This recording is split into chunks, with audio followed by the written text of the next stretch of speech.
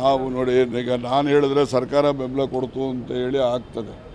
ಆದರೆ ಯಾವುದೇ ಭಾಷೆ ಆಧಾರದ ಮೇಲೆ ಯಾರನ್ನೇ ದ್ವೇಷ ಮಾಡ್ತಕ್ಕಂಥದ್ದು ಸರಿಯಾದಂಥದ್ದಲ್ಲ. ಈಗ ಕನ್ನಡಿಗರು ಮರಾಠಿಗರನ್ನು ದ್ವೇಷ ಮಾಡೋದು, ಮರಾಠಿಗರು ಕನ್ನಡಿಗರನ್ನು ದ್ವೇಷ ಮಾಡ್ತಕ್ಕಂಥ ಪ್ರಕ್ರಿಯೆ ಕೆಲವು ಕಿಡಿಗೇಡಿಗಳಿಂದ ನಡೆದಿದೆ. ಇಲ್ಲೂ ನಡೆದಿದೆ, ಅಲ್ಲೂ ನಡೆದಿದೆ.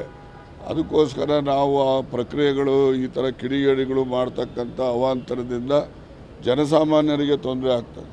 ಕನ್ನಡಿಗರಿರ್ಬೋದು, ಮರಾಠಿಗರಿರ್ಬೋದು, ಅದನ್ನು ನಾವು ಯಾರು ಒಪ್ತಕ್ಕಂಥದ್ದಲ್ಲ. ಆ ವಿಚಾರದಲ್ಲಿ ನಾವು ನಮ್ಮ ಸರ್ಕಾರ ಈಗಾಗಲೇ ಅವರು ಮಹಾರಾಷ್ಟ್ರ ಸರ್ಕಾರದ ಹಿರಿಯ ಅಧಿಕಾರಿಗಳ ಜೊತೆಯಲ್ಲಿ ನಮ್ಮ ಮುಖ್ಯ ಕಾರ್ಯದರ್ಶಿಗಳು ಕೂಡ ನನ್ನ ಸಮಕ್ಷಮದಲ್ಲಿ ಅವರು ಕೂಡ ಮಾತಾಡಿದ್ದಾರೆ. ಮುಖ್ಯಮಂತ್ರಿಗಳು ಕೂಡ ಅಲ್ಲಿನ ಮುಖ್ಯಮಂತ್ರಿಗಳ ಜೊತೆ ಮಾತಾಡಿದ್ದಾರೆ. ಆದಷ್ಟು ಜಾಗ್ರತೆ ಅದು ಬಗೆಹರಿಯುತ್ತೆ. ಸದ್ಗುರು ಏನು ಹೇಳ್ತಾರೆ, ರಾಹುಲ್ ಗಾಂಧಿ ಯಾರೋ ನನಗೆ ಗೊತ್ತೇ ಇಲ್ಲ ಅಂತ ಹೇಳ್ತಾರೆ. ಹೌದಲ್ವಾ? ಲೋಕಸಭಾ ಸದಸ್ಯರು ಇಲ್ಲೇ ಇದ್ದಾರೆ. ನಮ್ಮ ನಾಯಕರಾಗಿರ್ತಕ್ಕಂಥ ರಾಹುಲ್ ಗಾಂಧಿಯವ್ರನ್ನ ಲೋಕಸಭೆಯಲ್ಲಿ ಯಾರ್ಯಾರು ಏನೇನು ಮಾತಾಡ್ತಾರೆ ಅಂತಕ್ಕಂಥದ್ದನ್ನು ನನಗಿನ್ನ ಜಾಸ್ತಿ ವಿವರವಾಗಿ ಅವ್ರಿಗೆ ಗೊತ್ತಿದೆ.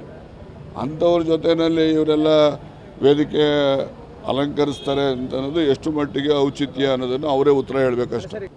ಸೌಲಭ್ಯ ಕೊಡೋದು, ಅವ್ರು ತಗೊಳ್ಳೋದು ಏನಿದೆ, ಅವ್ರು ಮಾಡಿದ ಸೇವೆಗೆ ಕೊಡೋವಂಥ ಸೌಲಭ್ಯ, ಅದೇನು ಪುಕ್ಕಟ್ಟೆ ಕೊಡೋವಂಥದ್ದೇ ಇಲ್ಲ.